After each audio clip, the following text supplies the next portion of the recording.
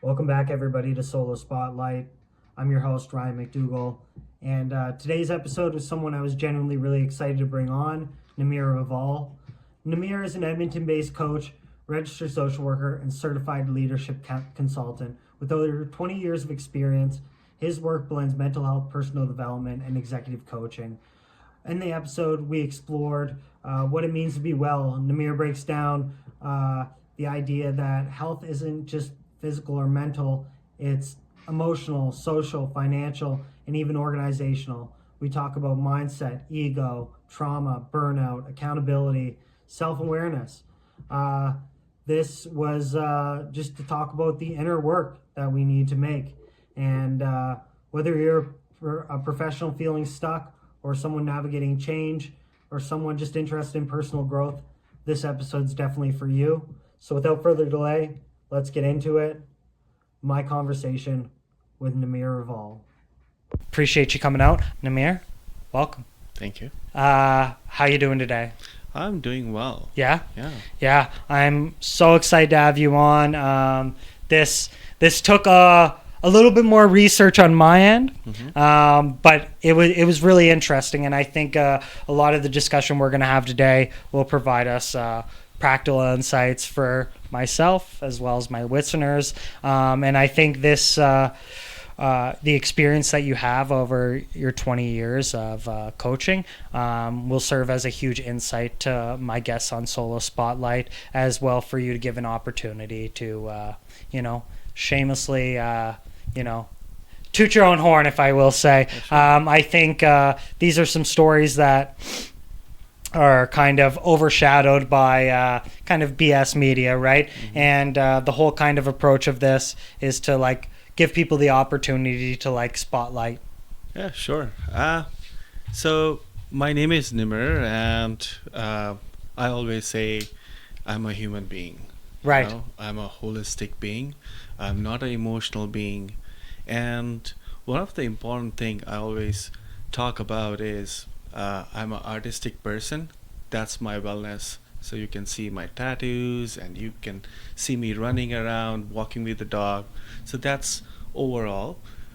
Professionally, I'm a social worker, and also a leadership coach. So I combine mental health and coaching together to support people, to support corporate companies and people who see me, right? So that's who I am, and I have gained probably many skills from past 25 years working in different countries, different organizations, international organizations, municipalities, and on owning my business, right? So just a simple message: world is hard, take it easy. Mm-hmm.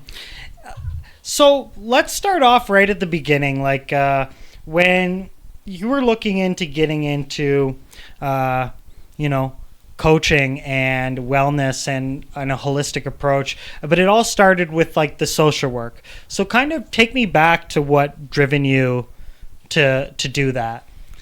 Yeah, so it's long time ago. So I actually wanted to be an IT person, and my dad told, IT is not good for you. You should try social work. And I told, let's do it. So the first year of social work, my practicum internship was in a slum area in India, and I saw people were happy without resources. And I was stunned by that I see a lot of people in other hierarchy of the society who are struggling, who are going go, not spending time together with their family, not having time for themselves.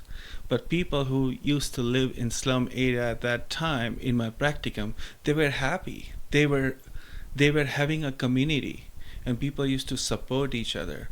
So I deep dived into all the theories of social work, community development, and case management, of course, counseling as well. And what I found out is, happiness is a context, and you have to make a choice how you want to live your life. So that's one thing. That's kind of the roots of everything. Yeah. And that's And it's really interesting that you say that, because I through my childhood, through my experience growing up, it's like it's all within context, but it's like it's how you decide to like view it, right? Like it's like I always reference like Occam's razor. I reference that a lot of like the most reasonable action is probably the most true or most calm, right? So like the idea that someone's walking through your photo, well, you could decide that like this guy ruined your photo, or you could understand that like, well, this person's on his own personal journey and maybe he just didn't notice that, right? And it gives you a context of how you want to feel emotionally, and that's really interesting. I think like, did you think it took like this type of study to actually like develop that understanding, or do you think like naturally through life you would have? I think studies do help. However, the journey of awareness and journey of implementation is two different things. Awareness to me was way past, right? Like when I started my social work bachelor's and then master's and stuff. However, did I had challenges? Yes. Did I had lows in my life? Yes. Did I felt mental health issues? Yes. I have been through a lot. But what I realized over 25 years of working in this field is I have a choice to see myself as a holistic being, as a human being, and I can create those moments for me and choices for me that helps me for my purpose. Right? I'm living life. I don't want to live emotions. Now, do you think the way you talk about like the separation of like understanding and then implementation is it the idea that you kind of like you found your calling in a way, so you understood like what your natural progression would be, and like, do you think that's where people kind of get lost, is like they just don't know where that goal is, if that makes sense, like and how do you create a structure out of nothing? Yeah. Because some people, when you ask them like, well, what do you want to do, what do you want to be, they're like, I don't know, right? And so like, was that part of that implementation where like you were able to say, well, like I already kind of know the roadmap that I'm going on, so it's a little bit easier for me to kind of understand that journey? And like how do you frame that for some of your clients and trying to get them to find what, say, their calling is? Yeah. So my roadmap was very clear, Ryan. And, you know, since I started my social work, I saw, you know, people, vulnerable people, people who are going through mental health issues, family issues, relationship issues. My goal was to enable them and help them to flourish. That was my goal. I did try to achieve goals while working in corporate social responsibility or international organizations or municipality. There are different means to end. And my coaching practice really helps me to really see one-to-one in relationship while I'm working with people to see that change. Because it is important for a person to realize that it's not just emotions that are having that vulnerable situation, but it is a holistic self. What I mean by that is when someone is having stress because of workload and stuff, what is the first thing that they complain about? My back is sore, right? Tired. Or tired, or I have a headache. Then their appetite, they will grab a bag of chips, right, and then they will do it. So your heart is impacting your gut now. And then all those things are happening, you're not resting, or you're not taking care of yourself. Your head is overwhelmed because of psychosocial political structures of our society. So what is happening? Your head, heart, and gut is not aligned. Mm-hmm. So yes, you might see a therapist or a coach who focuses on your heart, which is your emotions, but what about your gut and head? Now, when you speak of gut, do you speak of it more on like a medical term, or do you talk about like instinct? Instinct. Instinct. Yeah. Yeah, because that's what originally when I was reading about the three-bearing tango, I was like, I wonder if he's talking about gut in like a medical thing, because your gut does like can affect a lot of different things. But when I first saw it, I was like, I think he's talking about like gut feeling, like this idea that like, oh, that doesn't feel right. Yeah. Right. So then getting into that, so you're experiencing all these things. How do you, through this process, because I always find it very interesting when people go into like extreme specialties, because my biggest thing is like, how do you control that ego of like, how do I gain this wealth of information, but I'm not like over soliciting. I'm not I'm not thinking myself as like a worldly being of some sort, right? Where like you go to help so many people. How does that, how do you stay grounded in doing that? And how do you like maintain your own personal health as well as like allowing people to flourish? Yeah. So I will talk about my Of course. goal and purpose of my life. My goal and purpose of my life is gaining knowledge and sharing knowledge. You can say that's my spiritual statement, and that's what grounds me. When I am supporting a client or a team or a business professional, whoever they are, that's my grounding. I'm not an expert. I still have to learn. And whatever I learn, I will share with you. And that's my grounding,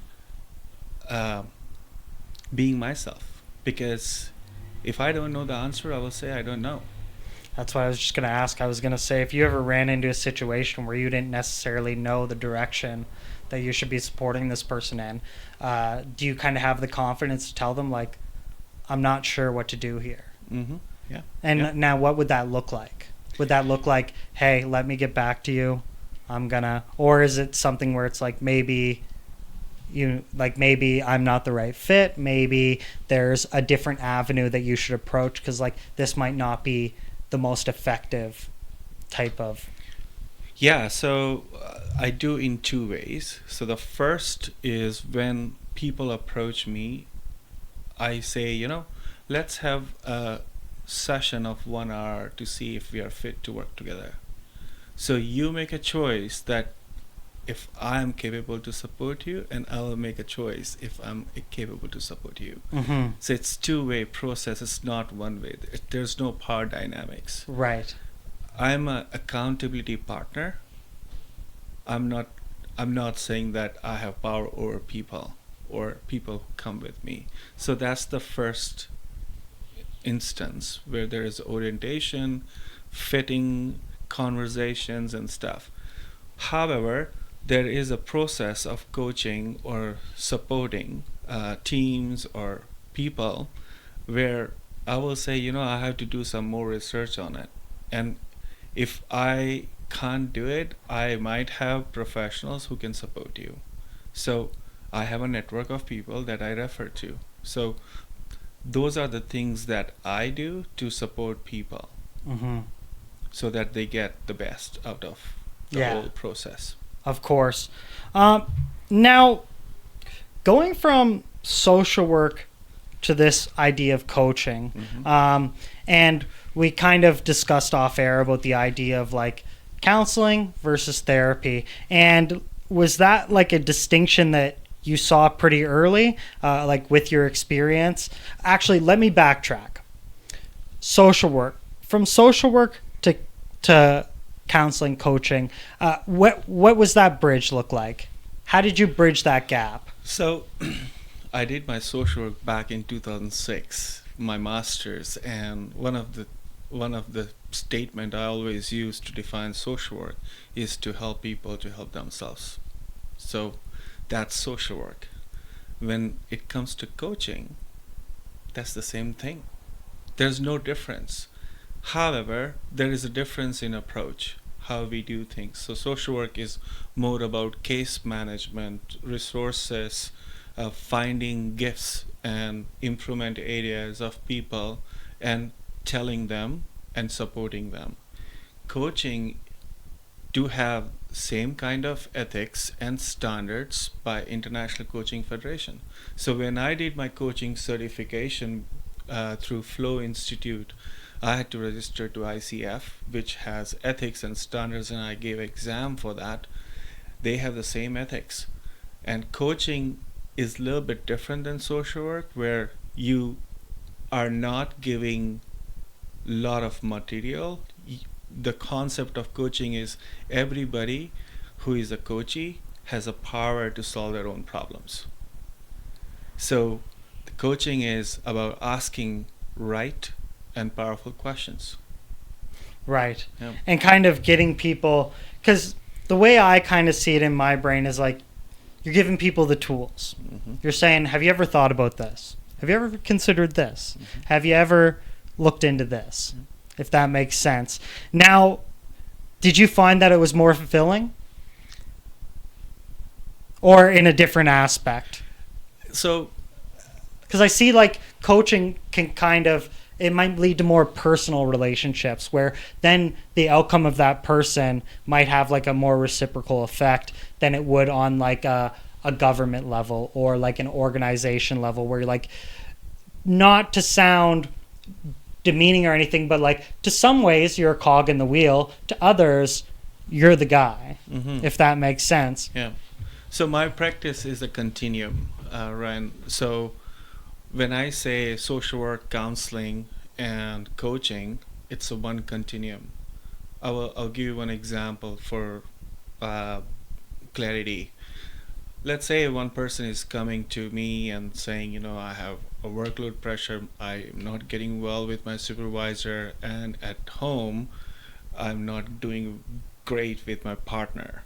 And I have a small kid, 7 months old, and there's a lot of stress. So when they come to me, the first thing that I do is, what happened to them? So what is their history? What are their trauma? What are the things that they have been through? So there is a healing process that comes up in that. I use different techniques like narrative technique or exerted resolution therapy technique or cognitive behavior, emotional resolution as well. And then once the person is feeling that they are okay now to talk about future, we shift our contract or the agreement, and then I use coaching. Because counseling and social work is what happened to you and what you want. And coaching is what you want and how you can move forward. Mm-hmm. So it's a continuum of flourishing people's lives. Mm-hmm. And that's my goal. Right. Yeah. And it's actually just like to be able to put yourself in a mind state where not only you're able to help people, but like we talk about this like separation of like who I am as a person and the feelings that I have in the specific moment, and being able to separate that and like provide like an altruistic type of service for someone that like, besides the monetary aspect, like I think there's a lot greater risk to the person trying to do it than what the benefits may be, but like but if you can get through that, it's like it's a really overpowering or like an overwhelming like sense of gratitude, because it's simply something where it's like I sacrifice myself, but I kind of put myself forward in order to take on some trauma and kind of turn it around for them. Yeah. Now getting into the coaching, was this mental wellness holistic approach, did this all base out of Edmonton, or was this something that came from somewhere else and you moved here and or did you establish this? It started when I was born. I was born in India, right? Right. So, I've seen a lot of yoga practices. Actually, my mom has done masters in yoga. Okay. So my lifestyle, my house is full of holistic practice, right? So when I started going down into the holistic integrative practice, I started seeing what's beneficial. I don't want to teach people yoga, but with coaching, how I can explore the holistic self and help them to realize that, emotions are just a part of life. It's not the whole. Mm-hmm. And healing is a phase, it's not a destination. So if a person has a trauma, you might see people saying, I'm in a journey of healing and that's my life goal. That's a lot of suffering. Mm-hmm.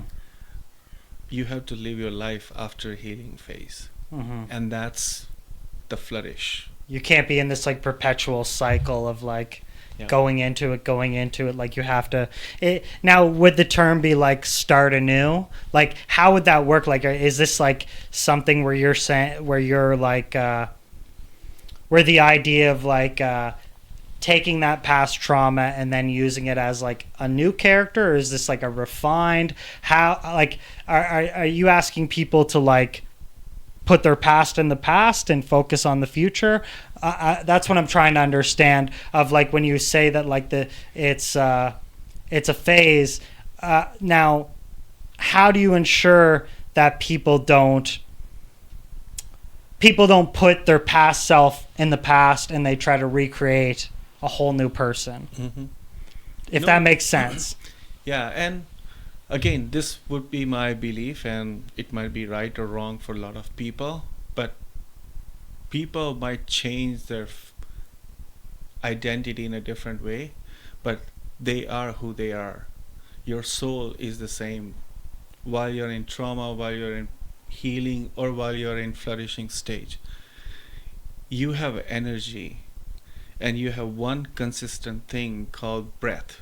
When you breathe, since you were born until you die, it's consistent.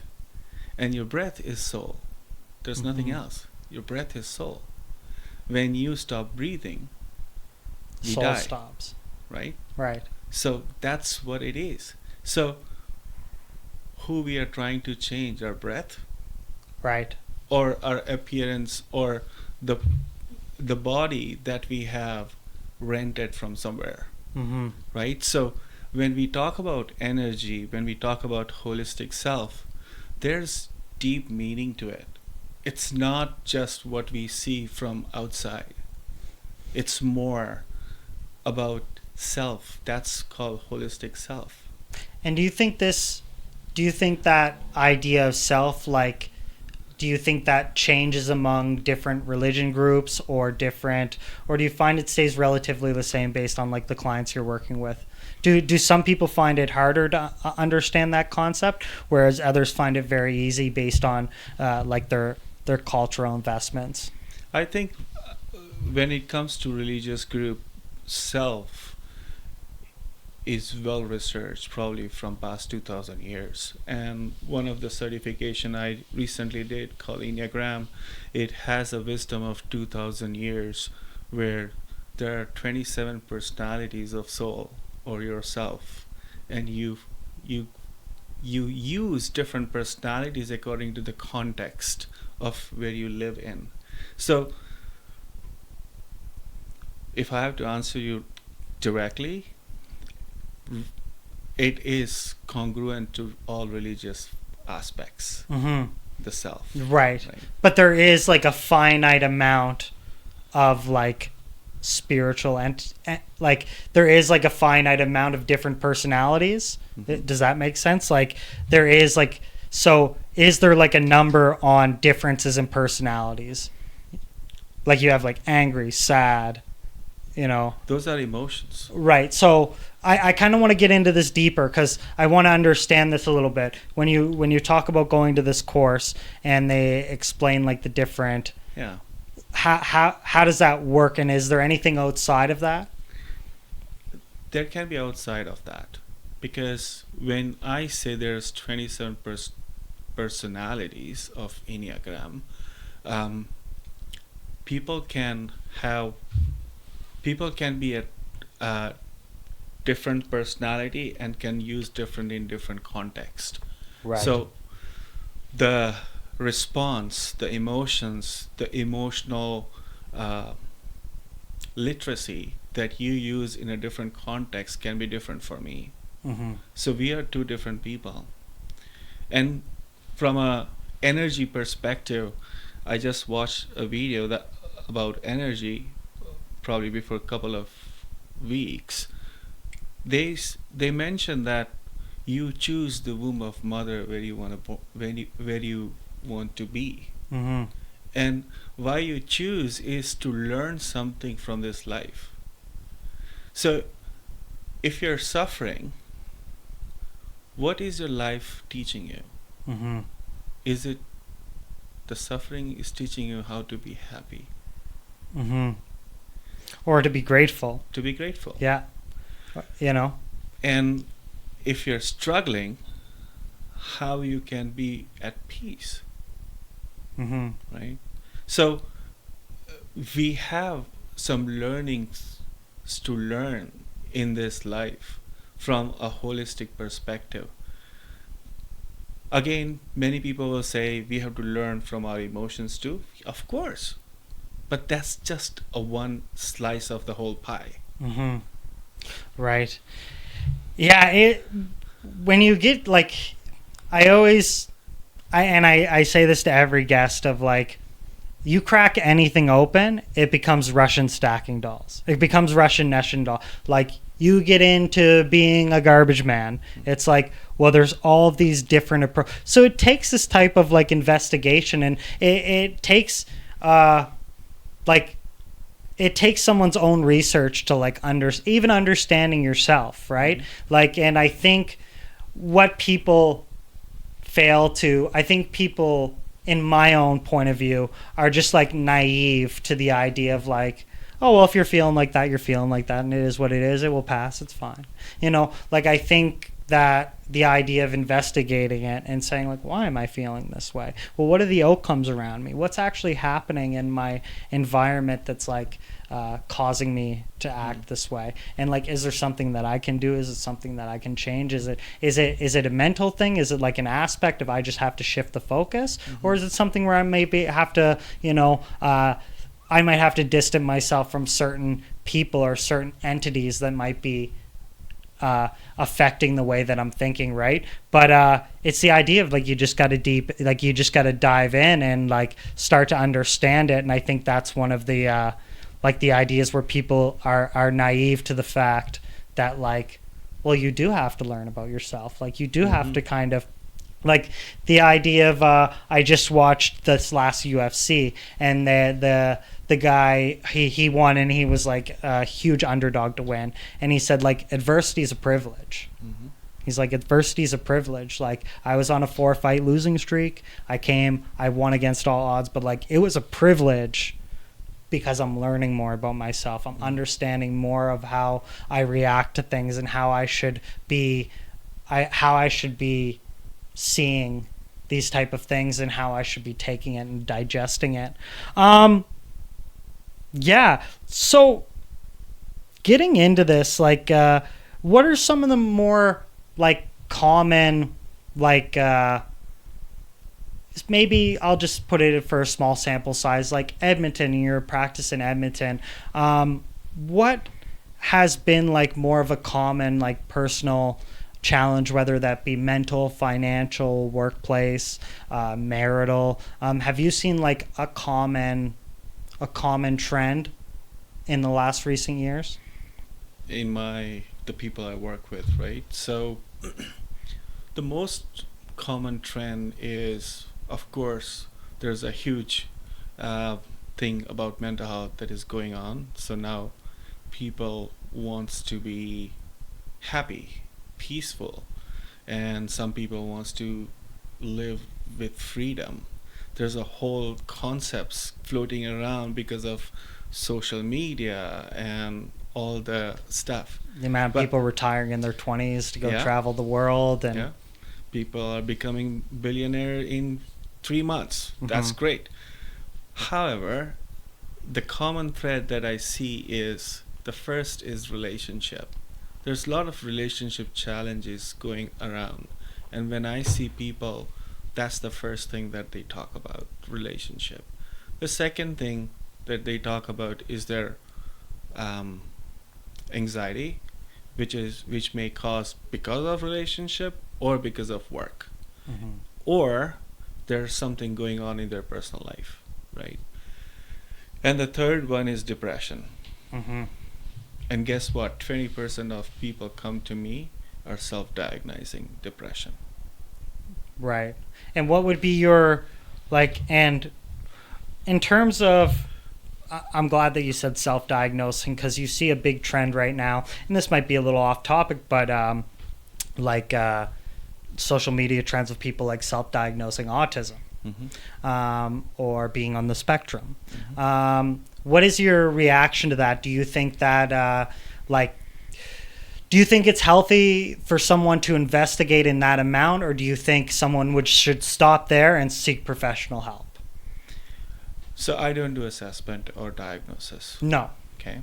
But one of my reaction to people is, if it's helping you to Calm have anxiety. high functioning of your life, that's great.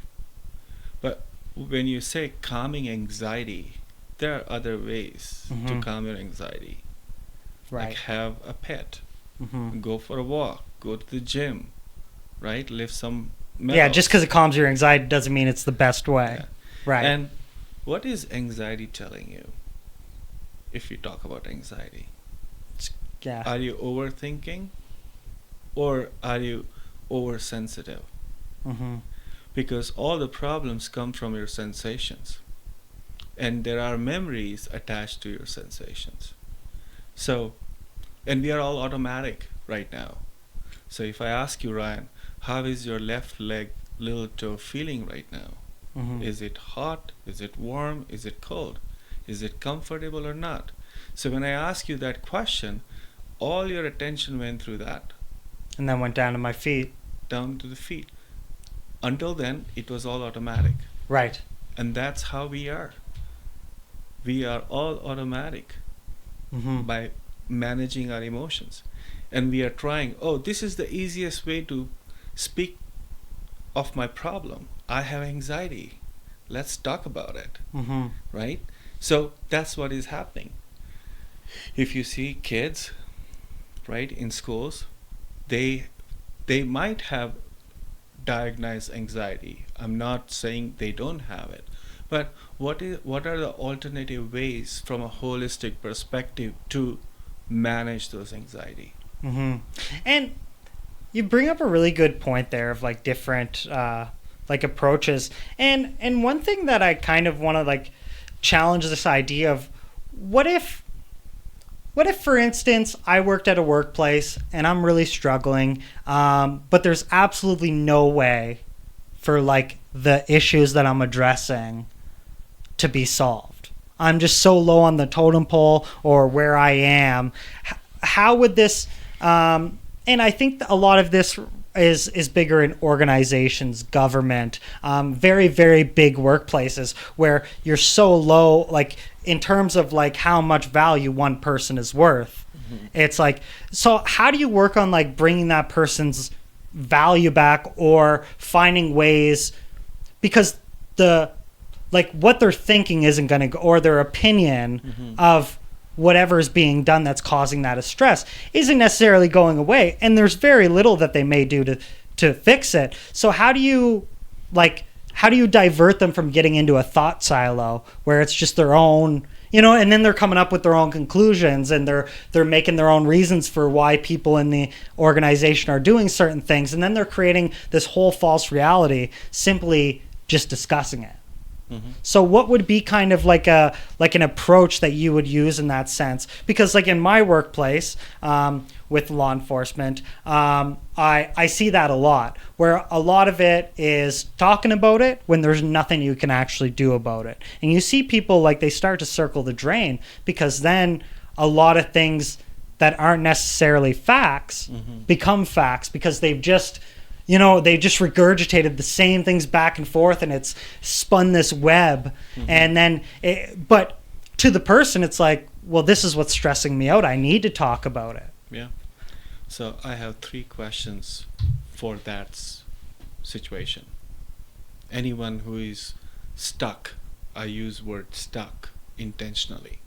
So the first question is, do you have any limiting beliefs in what you are doing that is not value addition?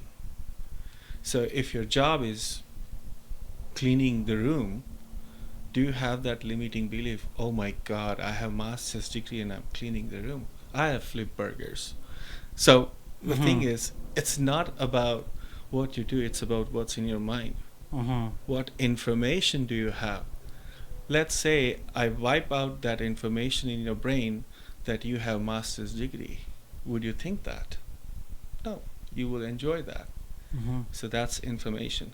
So are there any limiting beliefs? That's the first question. The second question is this reality or your narrative? So a lot of times, as I mentioned, automatic system, we have this automatic narrative telling to ourselves that, my partner did this because they were mad, and blah, blah, blah, all those things. And what happens is we have those intense feedback in our neuro system, which creates emotional responses. And that's what triggers us, right? So that's the second question. Is that your reality or your narrative? And the third thing is, what you are doing is helpful or harmful to yourself, because you are in a journey of learning. Is it helping you to learn something, or is it ruining it? Based on your experience, have you seen in like growing trends of like this idea of like midlife crisis, switching jobs? Has that been a bigger trend emerging over time, or has that stayed consistent? Yeah. So it's a human evolution, human development, right? In social work, we have a subject called human development. So later stage of your life, in the mid age range between 35 to 45 or 50, according to our national data, if you see, there are 2 vices that we focus on. The first is ego, and the second is pride. So we are so much in tune with our societal comparison and how we can be successful. There are videos and videos of how to be successful. How to run a Shopify store and make $1 million in a week. Yeah. But you're not able to sleep. Best of luck for you. Yeah. Right? Yeah. So the definition of success can be different for different people. And the vices that I talk about, like ego and pride, all these transitions can be natural or can be because of this.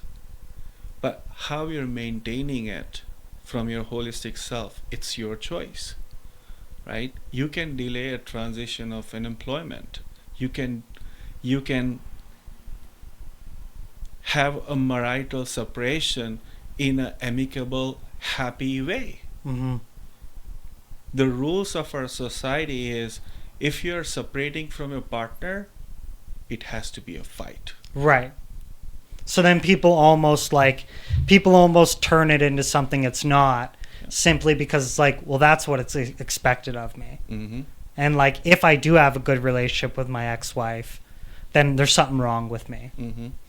That's really interesting. And I think this idea of like access to technology and like seeing things from different lens points, but a lot of it is like you're not seeing it from like the reality perspective. You're seeing it from this like enhanced or like scripted. Like you see a lot of things that are scripted, and I think that has like a huge like effect on mental health. And a topic that I kind of want to like discuss right now is like the like post-pandemic mental well-being, right? Do you think it was this? Now, I kind of want your insights on this because, like, I have my own thoughts of like, you're cooped up, you're on social media all the time. So then, like, your appetite or your threshold for like usage and like your ability to digest that much. When you were working, it could only be an hour or two a day. Well, now you're home all day for 6 months, a year, whatever it is, and now your lifestyle is completely shifted. How have you seen the change in like mental well-being post-pandemic? Because statistics show that there was a post-pandemic, there's been a 30% increase in mental health services and a 25 to 35% increase in individuals seeking mental health support. Do you think that is like? Do you think that is like? Do you like as someone who works like frontline? Do you think that is true? Yes, mental health complexities have increased after post-pandemic, right? Like during post-pandemic. And pandemic has caused a disruption in how we live our life, how we consume our data, how we think we are successful, and what does peace mean to us. So all this disruption, and there's another layer of political, economical climate in Canada, across the globe. So there's a whole disruption. And Dr. Gabor Mate, he's from Vancouver, he talks about biopsychosocial feedback. So what is happening in your biological situation, your society, and psychological condition, it impacts you. And he talks about cases like cancer or other ailments, medical ailments or illnesses are caused because of this spectrum.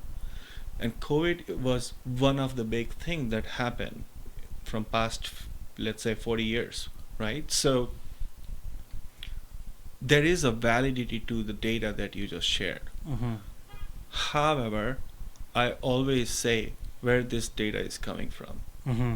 and who is reporting, and what are we doing about it, right? So if we say mental health issues, are we differentiating if that's a low risk issues or high risk issues? Because that's not the data that we talk about a lot. Mm-hmm. So where does policies needs to be focused on, or the funding or other things needs to be focused on? Yeah, I have another stat as well where it's like the entire healthcare budget of the country, only I think it's 6.4% is allocated to mental health funding. Yeah. Which I think is starkly low. And my next question post-pandemic is, have you seen, and again, we talked about it off air where I asked the idea of like, what's the ratio of cases that you see where someone's coming in, you know, relatively healthy, and they're looking for assets, they're looking for ways that they can better manage, and then how many people do you have that come in and they're in crisis? And what is your approach in dealing with that? Yeah. So in my coaching world or work, I don't see people in crisis. I refer them to the local nonprofit organizations or other crisis situation. However, people who are working with me, I see them in crisis occasionally, right? Because it's like up and down. Yeah, because our human experience is always up and down. It's not consistent. Because if you can't feel sadness, you will not feel happiness. So that's what I say to people, Mm-hmm. to help them ground themselves. Because I will get a call or a message from a client saying, oh, my boss is having a meeting about layoffs. What should I do about it? Blah, blah, blah. All those anxiety provoking thoughts will Yeah. appear. Am I going to get fired? Am I going to get laid off? How's this going to work? Yeah. So, what I glean from this question is the emotional rigidity and emotional hardiness in people has lessened. Mm-hmm. So when emotional hardiness is less, people are more prone to have that Flare up. depressive, anxiety provoking thoughts. So my job is to create a mindset of emotional hardiness, that there are different ways we can tackle different situation. And my goal for every people I see is, I'm here to help you in your phase. I'm not here for you for lifelong. Mm-hmm. You need to learn and go. And that's my achievement. Have you ever had a situation where, like, a client has, I want to say, like, over leveraged you or put too much, like, they weren't able to make their own decisions, and now you're kind of used as a kickstand? Have you kind of seen that? And what has been your like approach in giving them that power back? So, in my practice of coaching, I don't give feedback directly to the client. Do this, do that. I will ask them questions, and they will create solutions. I will help them to create accountability. I will help them to see if there are hurdles in the way. I will empower them and create confidence in them. If the client is not moving needle, I will have a breakthrough session where I will say, based on my experience and my perspective, do you feel this is working for you? And if it's not, I don't want to waste your time and my time and your money. Mm-hmm. That will be helpful for them to think about it, that, oh, something is not happening well. Mm-hmm. And then they will say, what are the things that you suggest? So we'll talk about mindset and stuff, and then we will have a kind of a psychoeducation breakthrough session of their particular area. So I will do research. I will do all the tools and techniques brochure for them, or material for them, and then they will take away, and then they will read, and they will come back after probably 15-20 days. I usually give them 3 weeks. Mm-hmm. Yeah. And given the type of clientele that we discussed in Edmonton alone, given tech, oil and gas, healthcare, gig service, all of that type of work, is there any sort of, and I want to reference sports, is there any sort of like pre-game ritual that you have to like put yourself in the mindset before you interview a client? And like, what does that look like for you to like, does it take like 10 minutes of mindfulness and some meditation? Does it take well thought out research? What kind of things do you put in place for yourself to put your best foot forward for your clients? I just lay myself on the couch, focus on breathing, and that's what I do. Mm-hmm. I don't have to run the stuff. I don't have to go for a walk. I just focus on breathing, what's happening in my body, and that's my 2 or 3 minutes break, and that's Right.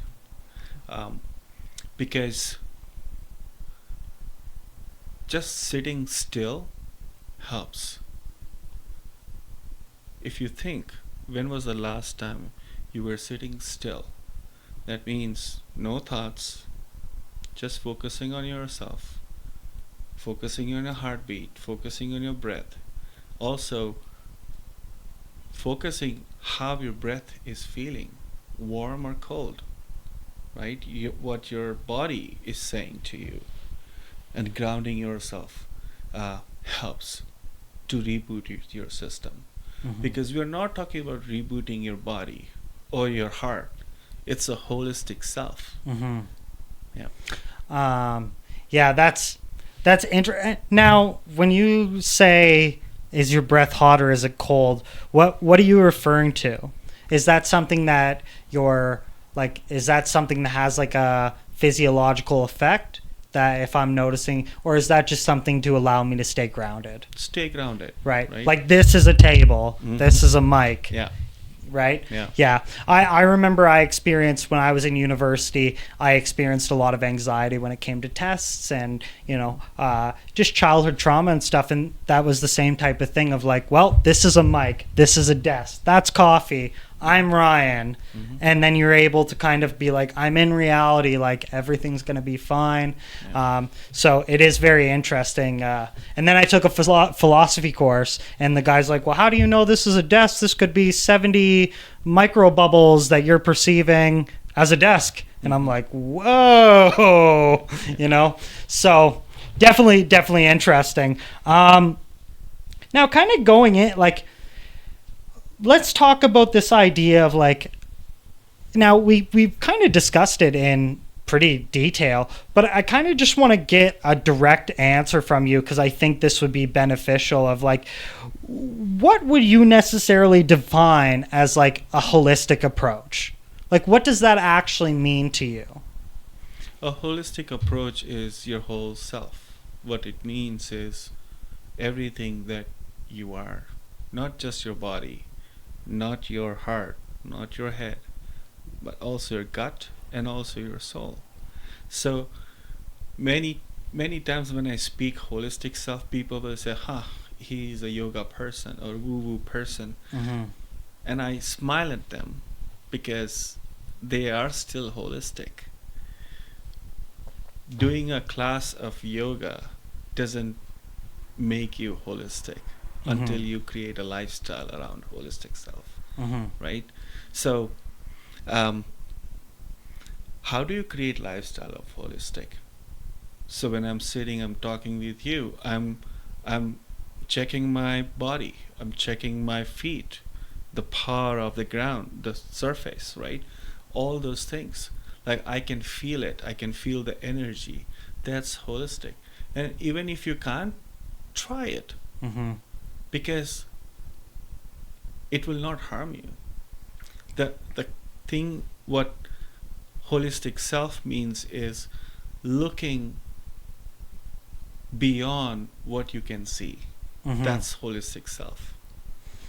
And has there been like a specific experience that you saw where not necessarily people were in doubt, but it took a little bit of like convincing, and then you've seen like a massive transformation in their lifestyle or the way they conducted yourself in terms of this holistic approach? Yeah, I will give you one example. I had a client, probably 2022. I worked with them. They came with some issues of not sleeping and heavy workload, partner issues and stuff, and they were too much feeling down. I will not categorize them as depressed because I didn't do assessment, but Right. they were feeling down. They were crying the first orientation session. And I told, I can see a lot of energy within you, but it's all what's not happening well. And I can see a light as well, that you are a confident person. You have survived for 50 years solving all the problems. There's a light to the tunnel. And you will find the light by yourself. I can help you to walk, but that's your responsibility which direction you want to walk. So we started doing work, and after 6 or 7 months of working together, being an accountability partner, framing goals for them and focusing on holistic self, teaching them some office yoga chair stuff, it really helped them to open up. And they told me that I always remember you mentioning that there's a light in me. And that helped me for 8 months to have a hope. So when I talk about holistic self, it's not just, okay, now you're feeling depressed, let's work on your emotion. Mm-hmm. Because it's a band-aid, Right. right? After 3 or 4 months, something will happen and then they will be back again. So when you give me stats of how many people are having mental health issues, how many repeated clients we have in our system, Mm-hmm. and why we are not solving the problem once for all. Right. Right. It's more of a perpetuating cycle. Yeah. Yeah. And throughout this interview, you brought up this idea of being an accountability partner. I kind of want you to just explain that in a little bit more detail. What does that mean? How do you necessarily leave yourself open, and how does that structure of your own personal lifestyle look like to be a quote unquote accountability partner? Is this one of those things where does this make you adjust your availability or the amount of times that people have access to you? Do you still follow a strict office schedule, or is this by allowing yourself to give yourself, like by saying an accountability partner? What I mean is, if I had an accountability partner, if I called you at 4 a.m, I expect you to answer. Now, how does that look? Yeah. That's called dependability partner, not accountability partner. Right. For me, accountability partner is being a coach. So when I'm working with Ryan has created a goal, and we will go through crystallization process. We'll go through what are the obstacles, what support Ryan needs, and all those things. So we have a project, not a project, but action plan. Now, this action plan, Ryan will implement after the session. Mm-hmm. Maybe it can be talking to your boss or talking to your partner or going for a walk every day. Next week when Ryan comes back to me, first we will celebrate what happened well. What did you do out of your 3 action points, and why you were not able to go for a walk. So that questions are about accountability partner. If people who I work with, they have a session framed once in a month, I send them email after 15 days that these are the action points, just a kind of a reminder. Just as a follow-up. Just a follow-up. And that helps them to know that someone is taking care of them and they are not in this alone. Mm-hmm. Right? So, and that's interesting, because you're allowing them the opportunity to say, like, I helped you lay it out, but it's up to you. And, like, we'll catch up in a week, 15 days, whatever it is, and then we'll discuss it. But it's like the idea, and it's very interesting because I think, again, just from my own personal thought of what an accountability partner would be and what it actually is totally different, right? And yeah, like this approach and comparing it to traditional mental health care, is this something that's like, how would I say it? I'm trying to think of the words I want to say here. Like, when you look at traditional healthcare, you look at medication, you look at therapy, you look at now, where would you see like the pros and cons and like the current state of our like mental health care, if you can provide me those insights? If not, that's totally fine. And like, what do you think that like say a provincial healthcare system or a federal healthcare system, like what implementations could provide like benefit to like a public healthcare system? Modern healthcare system and probably mental health system, what I have experienced, in India, in different countries, also in Canada. It's fast, it's quick, but it's separated. Mm-hmm. So if you have a problem with your ears, you have to go here. If you have problems with neck, you have to go this way. So, example, if you have to have a medication for your mental health issue, you have to wait for 8 or 9 months. For a mental health team to talk to you. Yes, or a psychiatrist to prescribe you. Mm-hmm. If you have to see a psychologist, average waiting time in Edmonton is 4 weeks to 5 weeks. Right. Yeah. So there's a lot of segments that are created, and those are specialized structures that are created by health law Mm-hmm. and all regulatory bodies. That's good. But are we helping people? What is the returns on investment? Mm-hmm. And what is the cost of a product when we talk about mental health? Mm-hmm.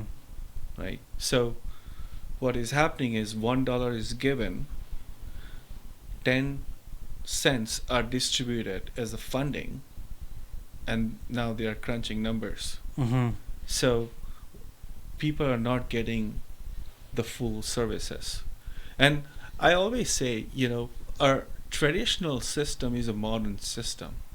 Holistic mental health or holistic self, inner self, is a traditional system. Mm-hmm. Like if you see Stoicism, if you see other cultures or philosophies, they talk about holistic self. Mm-hmm. And that's traditional system. It's not new. It's nothing new. No. Right. No. But the way we talk, the way people listen, now that it's new. Mm-hmm. But it's not. Manifestation that a lot of coaches talk about, it's not new. No.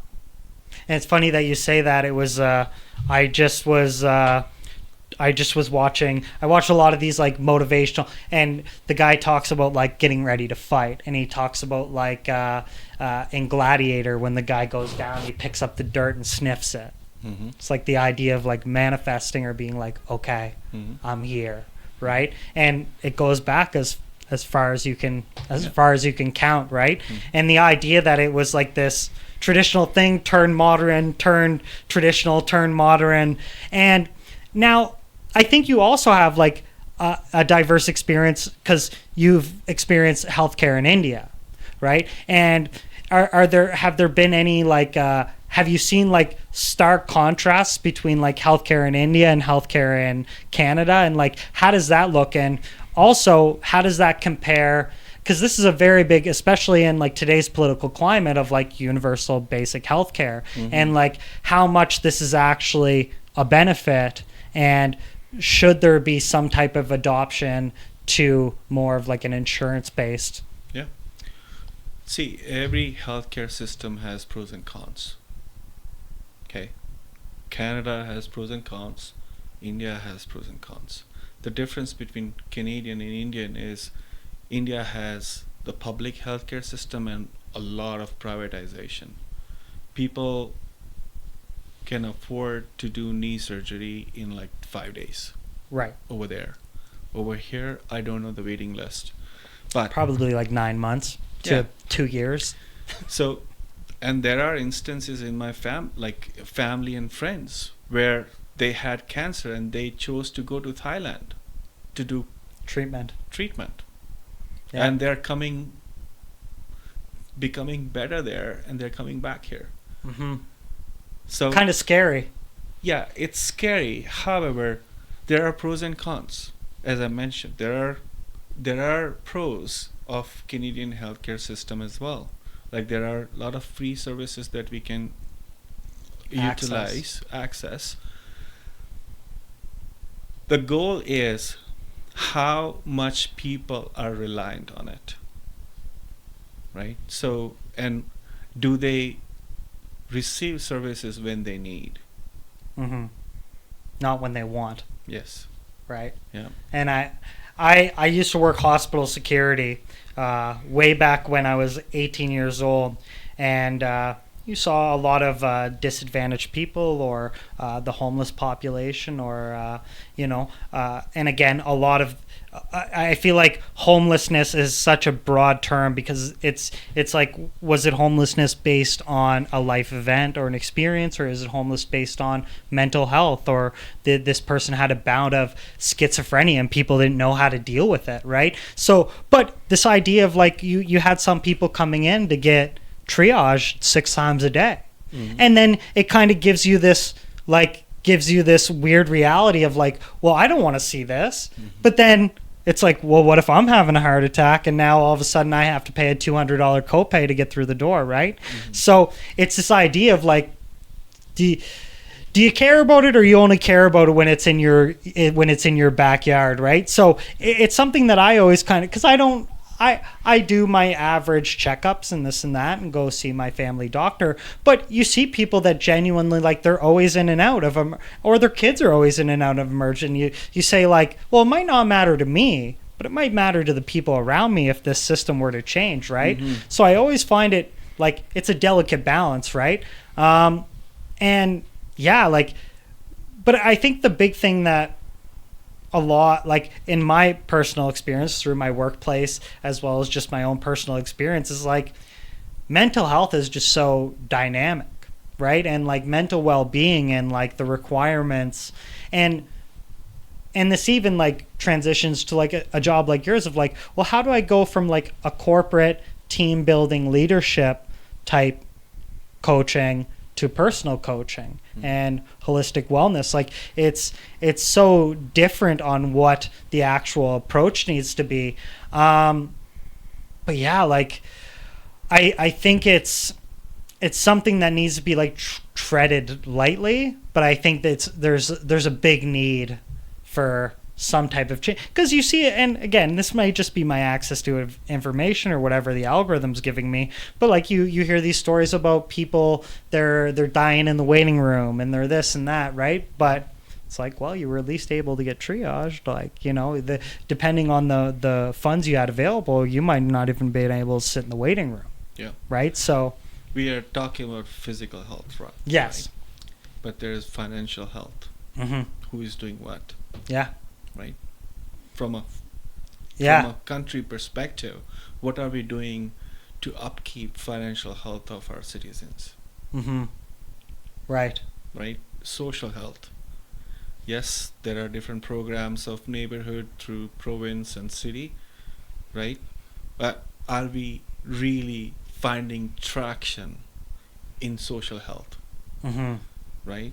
So there are a lot of questions around health. Health is not just what we see, again, it's what we live in. Right. So health is multidimensional. It's not just one. Hospitals and medical centers are physical health or maybe mental health. But what about social health? What about financial health? And corporate organizational health?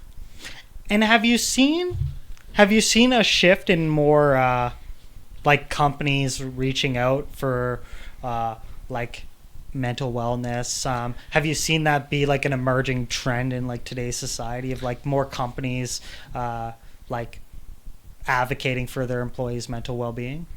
Yeah, it's a multi-billion dollars business in Canada. Yeah, actually. I think I have it here. It was the mental well-being and like personal coaching. It's an annual revenue of like $80 billion in Canada. Yeah. So it's definitely like a lucrative. It's a big, I hate to say this, business. Yeah. And mental health is now a business.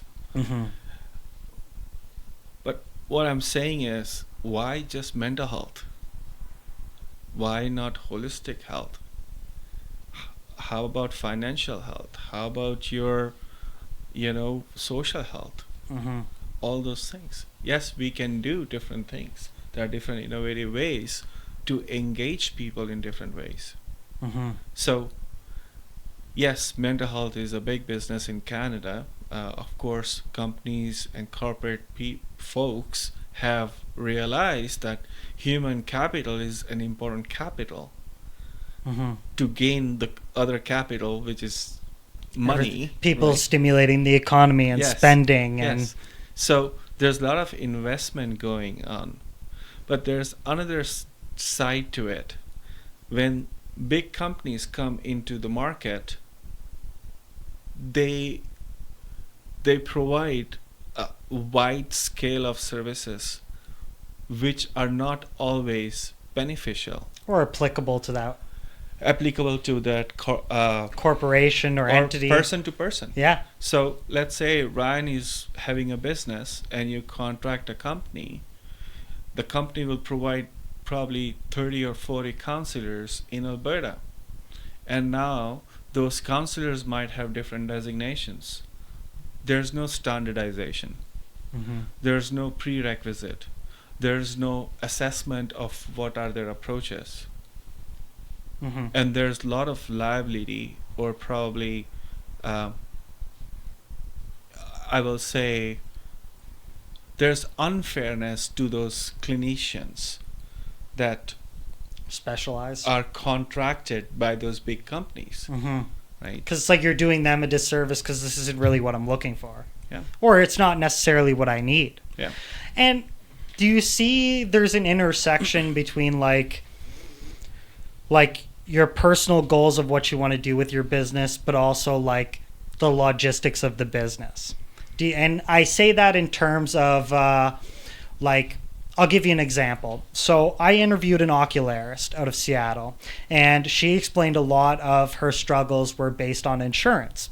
So she made prosthetic eyes, and a lot of times insurance doesn't cover prosthetic eyes because it's considered aesthetic, which again, when we talk about mental well-being and mental health and stuff like that, like your own perception of self, I think is a huge contributing factor. Yeah. So if my one eye doesn't look like my other eye, how does that contribute to like my overall well-being? And should that be considered on the grand scheme of things of like, well, if my mental well-being goes down, now my physical, so now I'm costing the insurance companies tenfold because you couldn't get me the fake eye, if that makes sense. But a lot of times she says that like she'll include 2 or 3 replacements if it was a child and their insurance doesn't cover it. She said because she knows this person's probably not going to come back. They probably don't have the money. They're traveling from a long distance away. But on the side of things, she still has to consider the fact that this is a business and she does still have to make money. So how much are you sacrificing for your own like altruistic self, and how much do you have to consider the business aspect of it? So when I asked that question of like, have you ever ran into circumstances where based on funding or based on availability or whatever the sense may be, have you seen you having to like turn away clients, and has it like affected you personally? Yeah. So there are a lot of coaches who have very expensive pricing models. I do have average. So what I do is I also give sliding scale to people. So if they are not able to afford, they can have sliding scale. When it comes to the side of counseling and social work, insurance do pay me directly. So that's one of the benefits to the client when they have a package with me. So counseling and coaching separately, right? So I do contracts in a different way, that way. So it's always, having a business is not easy task. It's a wide variety of things you need to focus on, about your product value, about your revenues, about your turnover, about your product cost, and how much time you're investing in creating products, right? So, and I have delivered unsuccessful products as well, right? So that is also a cost and a burden on my energy. So do I go fast? Do I go slow? That's a question as well. So the first thing that I do is I ask myself what I want to do, what I will learn, and how I will create more impact to people. And if I answer those questions, then I will move forward. If I have a hesitant, like, I don't know This about gut that. feeling. Yeah, it's a gut feeling, right? Because when I think from a head brain, like information, data, I have thousands of data, like thousands of things that can appear in Instagram and TikTok and stuff. I can create awesome models like ChatGPT, right? Mm-hmm. Like we can create all those things. But is it aligned to your brand?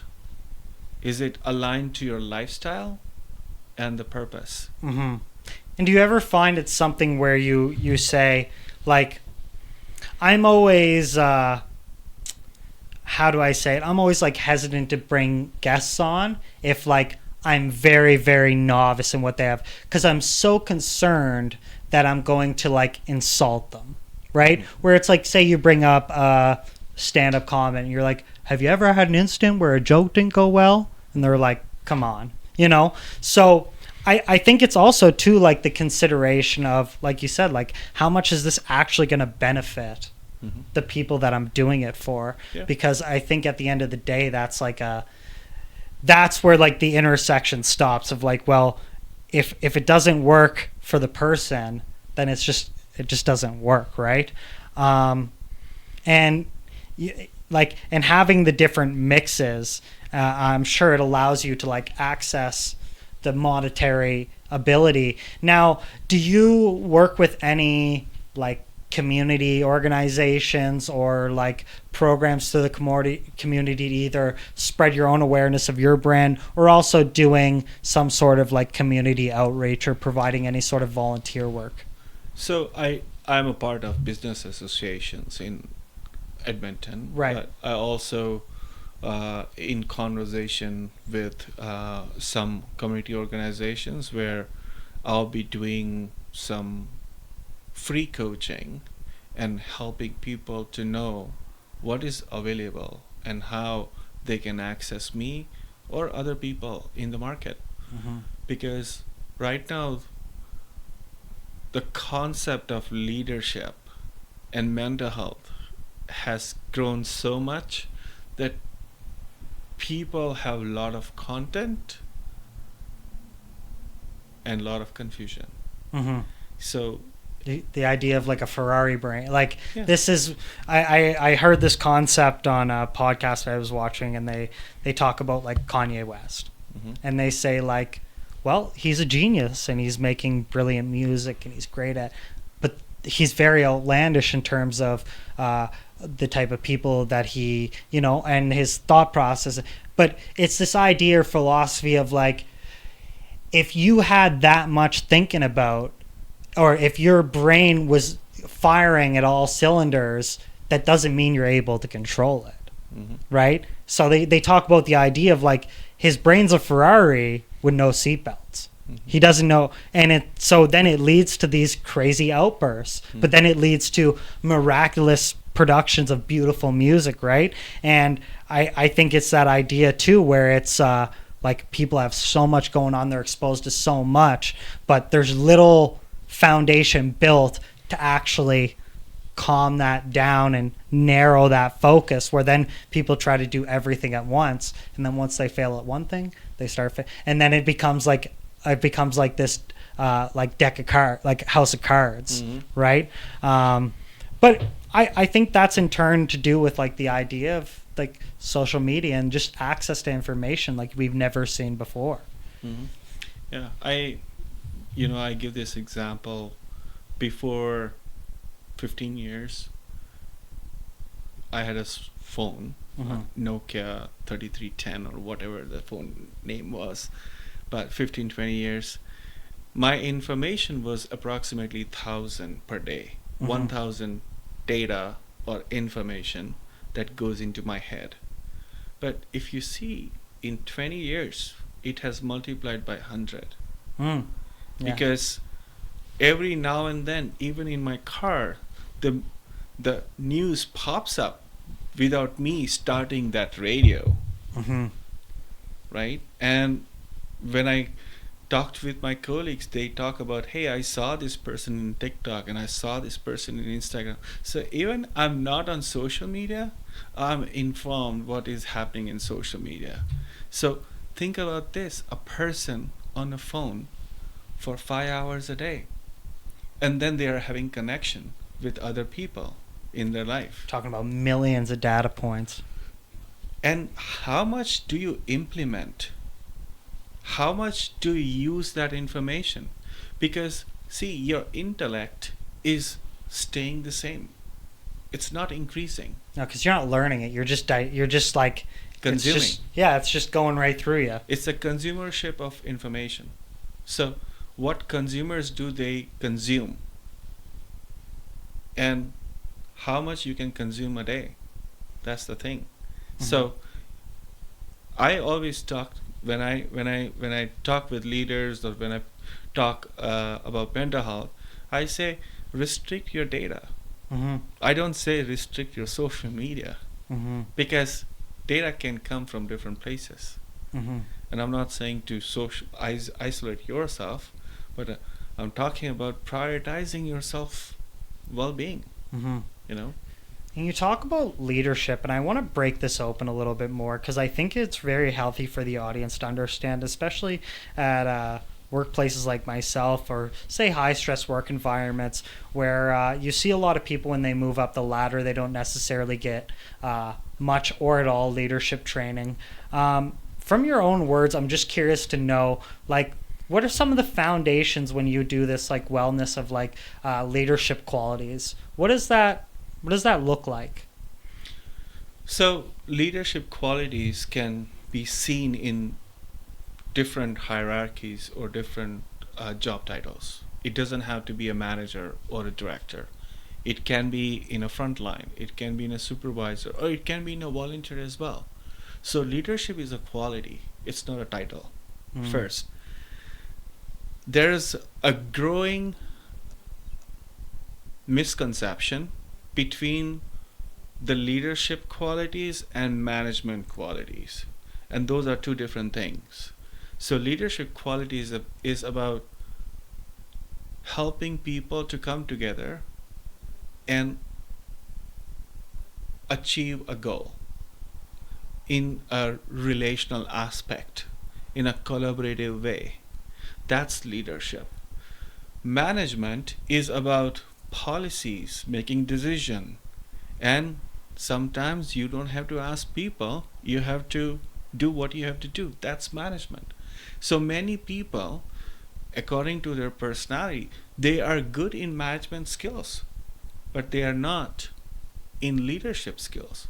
So how to work in team, like when you talk about Marines, how they work in team, when they are on ground, when they are in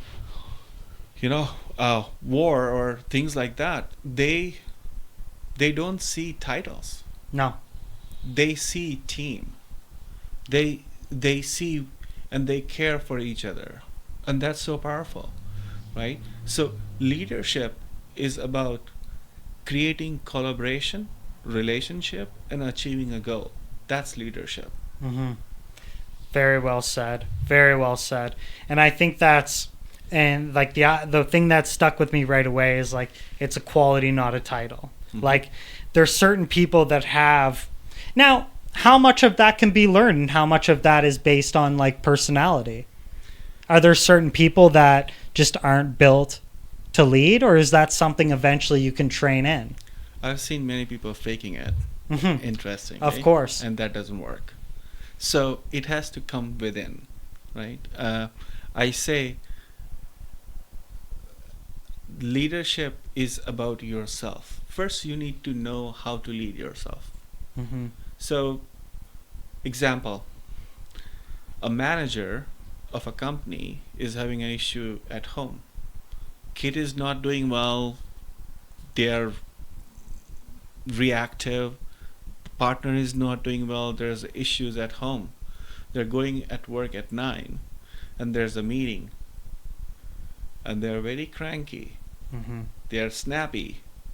They insult, or they do things from a behavior perspective which are not appropriate Mm-hmm. to the team members. And nobody can tell them because of the power. Mm-hmm. That is a displacement of emotions from a therapeutic point. But they didn't work on themselves. Mm-hmm. When they transition from home to work, that leadership, what happened, it is still there. I will deal with it, but my responsibility to this team is important. Mm-hmm. And I have to be relational, accountable, and responsible. Right. Right? So that leadership skills comes when you lead yourself in a right perspective. Mm-hmm. So it's like they have, like, in essence, it's like you kind of have to go through your own wellness journey in some sort of sense, because I think when you're in a position of A, power, and A, responsibility, B, responsibility, but it's also the idea of like it's a reflection of who you are, right? And like you see a lot of people that get a lot of respect without a title, and a lot of people that don't get respect and have a title, right? And I think that type of you don't necessarily see it, and from my own perspective, I think a lot of times you just don't see it is because it's more advantageous for you not to. It's like what makes money make sense. Yeah. So it's like, if I'm managing 100 people and I have to be on a personal level with all these people, but I also have to get this job done. How do I, A, give the respect and the support to the people, and B, how do I get the job done? And the more you scale that up, how impossible does it? Because I don't even have 100 friends. Mm-hmm. So it's for me, it's like, well, I don't even have 100 people that like would call me, let alone that I have to have rapport with and build this up, and and have this conflict resolution where it's like this is just like, you're just a martyr at some point, because it's like, well, put anybody in that situation and they wouldn't be able to do it. Yeah, and there are different ways to do it in a humble human ways. And I think there's techniques like delegation. Yeah. So one of the techniques that I share with leaders is to do vulnerable check-in. So vulnerable check-in means when you are going in a meeting and you have issues with your family or whatever happening outside of work, when you are in a meeting, the first question check-in is how you're bringing yourself in this meeting today. And ask your team members. Once you start asking your team members, they will say, I'm tired because my dog was not doing okay. Hey, I'm happy because I just came from vacation. I'm fully focused because I'm interested what is coming out of this meeting.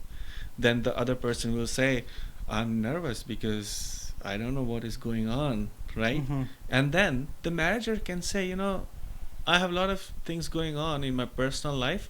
I might be snappy, sorry for that. Mm-hmm. That creates a powerful conversation. And that leadership style is called generative leadership style. How do you generate the commonality between team members? Mm-hmm. In terms of transparency, how important do you think transparency is for a leader? Transparency is important. However, you have to be very careful of what does transparency definition means. Mm-hmm. Because there are wants and needs of people. And as a leader, you have to be transparent for sure to gain trust, to have healthy conflict. Without disclosing sensitive information or something that might affect the rapport or a relationship that you have with someone else. Yeah. And it's a delicate balance, because I think it's one of these things where it comes down to a mindset of like, is this reality or is this like internal dialogue, mm-hmm. right? Reality or narrative, right? Right. Yeah. So it's one of those things too, right? Where as a leader, you have to understand there might be adversity, and that might not be your fault either. Mm-hmm. Right? Like there might be someone that thinks a certain way about you that is completely untrue, but you kind of have to look at it from their lens point and say, oh, well, if I wasn't telling them about coworker B and coworker C, then they might think that I'm hiding something from them, or they might think that. Yeah. So it is this delicate balance. And I will add on to transparency and communication of leadership. I use these 10 fingers, and I give you these 10 fingers. Now you have power to communicate what you want to communicate to your team in 10 different ways. Until then, they will not understand what you're saying. So count 1, 2, 3, 4, 5. Not in one meeting, maybe in 2 or 3 weeks, 10 different ways of saying, people, I trust you. How would you say that? Because see, it's all about trust. It's about earning trust. And you can earn trust by repeating yourself. It's about, showing love to people. If you give a post-it to your partner every day, that might not work. Mm-hmm. They will say, what the heck is going on, right? But if you show them every day in a different way, Mm-hmm. that might increase trust on you. Mm-hmm. And this might be more of an abstract thought, but again, it comes from my experience. And is there a level of learning for someone to be led? Like, for example, of how do I be a coworker and not try to tell this? How do I be a good now? Because I think everybody has without diminishing the role of someone, but there's the idea of I have to be able to work well in a team, and I have to understand how this funnel works. Mm-hmm. Is there a type of consideration or training that comes with that as well? Of there's not only leadership training, but there's also worker training of there is a time to voice your concerns, and it might not be in the moment. It might be a discussion afterwards. Yeah. So in my leadership coaching and a lot of presentations I do in companies, I say a good follower can be a good leader. Given the opportunity. A bad follower makes a bad leader. So if you don't know how to follow other people, you will not able to lead. Mm-hmm. Because there's some problem in relationship building and trust. So you need to know how to follow. If you read all the books of leadership, like from transformative, adaptive, servant leadership, it's all about people. And to lead people, you need to follow people. Mm-hmm. You have to nurture yourself. You have to learn. And there's a whole book called Leading by Learning. Mm-hmm. And it's very old, probably 15, 16 years old, but it's still relevant. That you lead by learning. Mm-hmm. Learning never stops.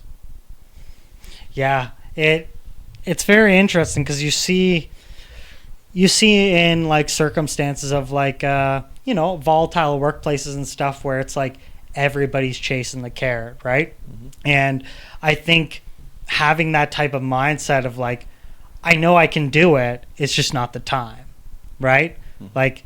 You can sub me in at any time and I'm ready, but for now I'll gladly do what you need me to do, and this is the job I'm kind of tasked with, right? And if the roles were to change, then I can step into that role. But I think that's a good notion to have, because a lot of times you see that a lot of the blame is placed on leadership, mm-hmm. right? And but it's one of those things where, is everybody working to achieve the same goal, or are you trying to get me fired so you can take, so it's one of these things where everybody has a responsibility in this like team atmosphere to kind of achieve that goal, where it's not necessarily like, well, whoever's calling the shots will fall with the ship. Yeah. Right. Yeah. And if there are people who are not aligned and not rowing the boat or kayak on the same direction, it's important to release them or terminate them as a leader, because you will not grow. You are not building boundaries of learning, because if people are not aligned with you, then you need to understand that it might be good to separate apart and terminate them, because their destination, their journey is different, and it's okay to have that. And talking about your metaphor of carrot, it's okay to run after one carrot, probably 10 people, but as a team, if you fail, it's important what you do after you fail. Do you learn or whine, right? Or complain, right? So that's an opportunity to learn. And as you mentioned probably in our previous conversation, every challenge is build your character. Is it building your character? Yeah. Right. Just a couple questions to wrap this up. Yeah. I always find it like, this is why I do it, right? I have these type of conversations because I hope it builds me as a person, but I also hope this is relative to my audience. But going into that, like, what are your future plans, goals? Is this something that's like an aggregate of marginal gains, or are there anything that you have in the pipeline that are more bigger ventures? So I am taking how much I can take. That's my goal. So I'm not creating a bigger ventures or anything right now. I would be working or moving forward to work with corporate companies for sure. I'm working with a couple of companies right now, but I want to focus more on corporate companies.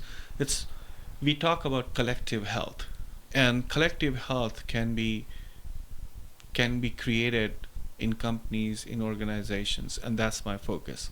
I want to talk about collective health and how we can address, the awareness, increase of awareness of collective health. It's not just your responsibility, but it's a community responsibility as an organization. So that's what I'm leaning for. I'm launching in May, June-ish a leadership course on my portal. It would be self-paced plus one-to-one with me. So that's one of the things that I'm looking for. And I might be speaking to different conferences as well this year, so I'm looking forward for that. That's exciting. That's very exciting. Is there anything that you've had to do in the recent time to prepare yourself for something like that? Yeah, I'm always preparing myself. Yeah, that's just one always thing. learning. Yes, it's learning. Learning never stops. And this year I did one certification called Enneagram certification. That's what I'm using for my leadership, because I already had Tilt 365 certification, and Enneagram would be an addition to it. But I'm moving forward for energy teaching, and I'm looking forward to learn more about energy.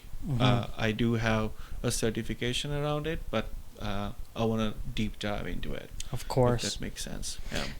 And if there's anybody that's listening and they're going through their own struggle, personal health journey, what would be some advice of like starting points that someone could do?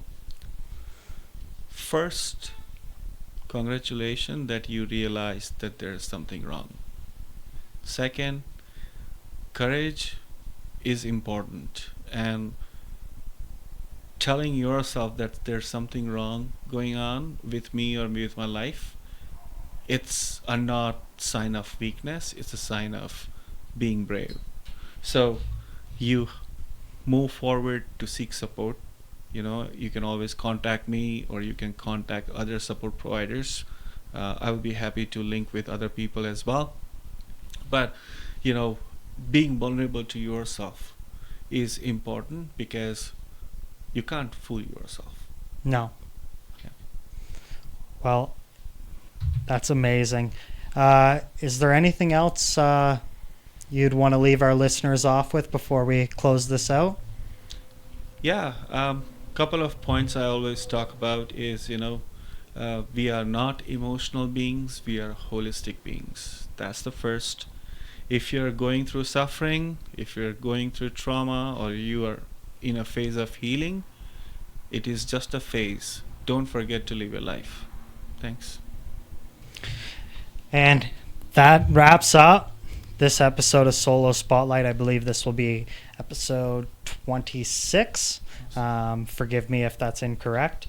But with that, this dog moving the camera around.